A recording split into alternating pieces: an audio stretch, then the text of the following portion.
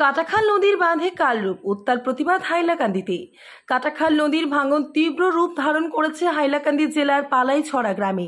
কাটাখাল নদীর ভাঙনে পালাইছড়া গ্রামের একটি পথ সম্পূর্ণভাবে নদীর বুকে চলে যায়, ফলে আতঙ্কে ভুগতে হচ্ছে ওই গ্রামের স্থানীয় বাসিন্দাদের। যে কোনো সময় ওই গ্রামের শতাধিক পরিবারের ঘর নদীর বুকে চলে যাবে বলে আশঙ্কা করছেন তারা। আজ ভাঙন প্রতিরোধের দাবিতে তীব্র প্রতিবাদ জানিয়েছেন এবং প্রতিবাদে জলসম্পদ বিভাগ হায় হায়, হাইলাকান্দি জেলা প্রশাসন মুর্দাবাদ, অসম সরকার হায় হায় ইত্যাদি স্লোগানে তীব্র প্রতিবাদ গড়ে তুলেছেন তারা। স্থানীয় বাসিন্দাদের অভিযোগ, স্থানীয় সাংসদ কৃপানাথ মল্লাহ গত লোকসভা নির্বাচনে তাদের প্রতিশ্রুতি দিয়েছিলেন যে নির্বাচনে জয়ী হলে তিনি তাদের এই ভাঙন প্রতিরোধের ব্যবস্থা গ্রহণ করবেন, কিন্তু নির্বাচনে জয়ী হওয়ার পর এখনো পর্যন্ত তাদের কোনো খবর রাখেননি সাংসদ কৃপানাথ মল্লাহ। বাধ্য হয়ে তারা আসাম সরকার এবং আসামের মুখ্যমন্ত্রী হিমন্ত বিশ্ব শর্মাকে আহ্বান জানিয়েছেন যেন অতি সত্বর তাদের এই ভাঙন প্রতিরোধের ব্যবস্থা গ্রহণ করার জন্য। কি হয়েছে মানে বর্তমানে আগামী 10 বছর থাকি এই বাংনির লেগে আমরা আপত্তি করলাম।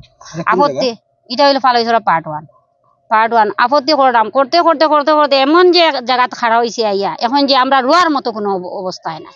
এখন যে রাস্তাটা আইছে মানুষের উঠানো হয়ে গেছে, এই মানুষগুলা কই যেত বাংতে বাংতে বাংতে বাংতে একদম মানুষের উঠানো হয়ে গেছে। এটা হইলো বরাক নদী, দলেশ্বরী এইরকম পরিস্থিতি আইয়া দাঁড়াইছে। এখন বর্তমানে যে মানুষগুলার উঠানে দিয়ে যাইতো, এই মানুষগুলা যাইতো কই? আর পিছনে যে 500-600 পরিবার আছে এরা যাইতো কই? রাস্তা না থাকলে যাইতো কই?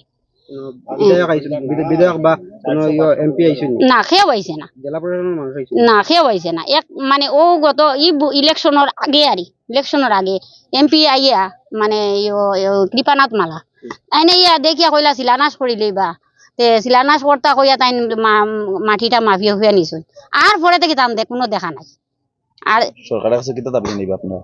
আমরা দাবি ওটাও চাই, আমরা বাগনিটা বন্ধ হইতো, ওটাও চাই। বাগনিটা বন্ধ হয়ে গেলে আমরা রাস্তাটার যেটা একটা সুবিধা করবো। কত ফ্যামিলি আসা যাওয়া করেন? প্রায় 5000-6000 মানুষ ডেইলি আওয়া যাওয়া।